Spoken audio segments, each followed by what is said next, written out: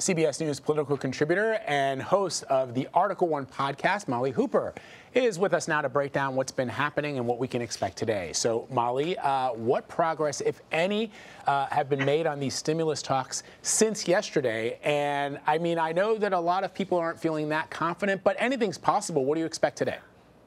Anything is possible. I think that when it comes to the big sticking points, the leaders, Democrats and Republicans, have moved past that. And really what they're dealing with is, it doesn't seem like $120 billion is small to regular Americans, but in the context of this package, dealing with smaller items, $17 billion for Save Our Stages, the Restaurants Act, not necessarily make or break items that need to be taken care of and ironed out before Congress passes this stimulus bill. And that could be, I've heard from several members, perhaps next week, possibly on Sunday.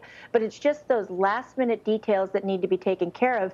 And I believe the best explanation that I heard from a senator recently was Senator Thune, the second-ranking Republican, said that this is kind of like a game of whack-a-mole. It's like each time you whack one mole, another one pops up that you need to take care of. So right now, they're just whacking the final moles that need to be, hammered out. And hopefully Congress will see something before the end of this weekend.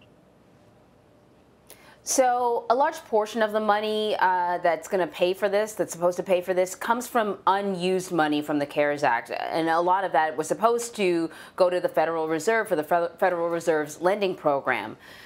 The Federal Reserve has argued, the chairman has argued, they need that money. That money is set aside just in case the Fed has to jump in and help to sort of balance things out with the economy.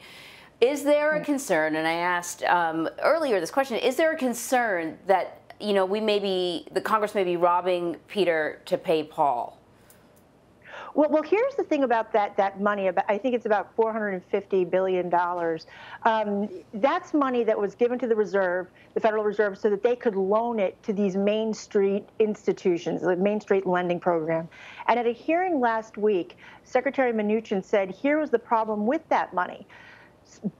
Small businesses were going to other lending facilities, lending institutions to borrow money because it was a lot cheaper, because the rates have been so low. So really, Secretary Mnuchin was arguing that the Fed does not need that extra reserve of funds available for loaning to businesses. This isn't like the Paycheck Protection Act. This is money that businesses would have to pay back, and they'd have to borrow it at a certain rate.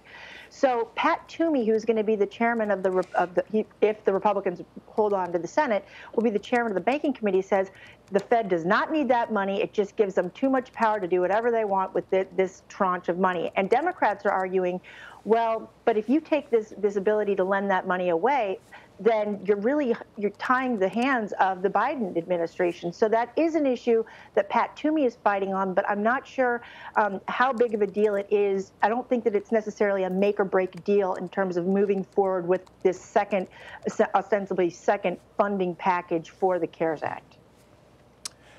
Molly, you heard in Nancy's piece that a provision called the Restaurant Act might get left out of the bill.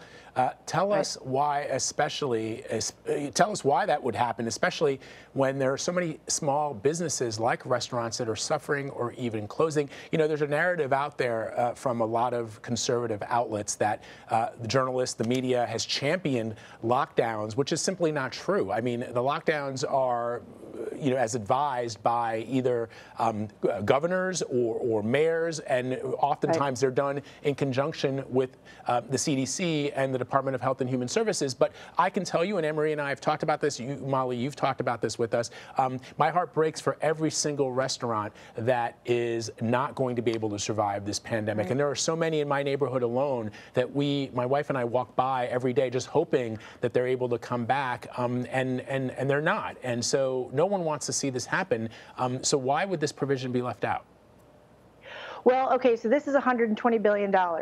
And you're right, it's aimed at restaurants. This is one of those acts that it's like a backronym. It's called the Restaurants Act. And basically what it is the restaurants, the real economic support to fill out the rest of the name restaurants. But it's aimed specifically at restaurants.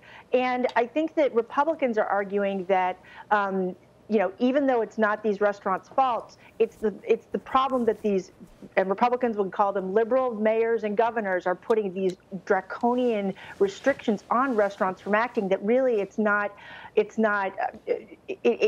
basically the Republicans don't want to enable what they would say would be draconian shutdowns, and so that's one of the reasons why they're fighting back on this. But keep in mind that with the $325 billion or so money available with the Paycheck Protection Act, restaurants can apply for that relief as well.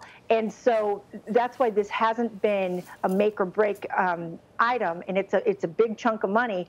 But again, who knows? We may see this end up in an eventual package, because one thing is becoming clear: when Joe Biden, the incoming president-elect, says that this ostensibly $900 billion stimulus package is going to be a down payment, well, that would mean that the next Senate, the next Congress, would pass something bigger.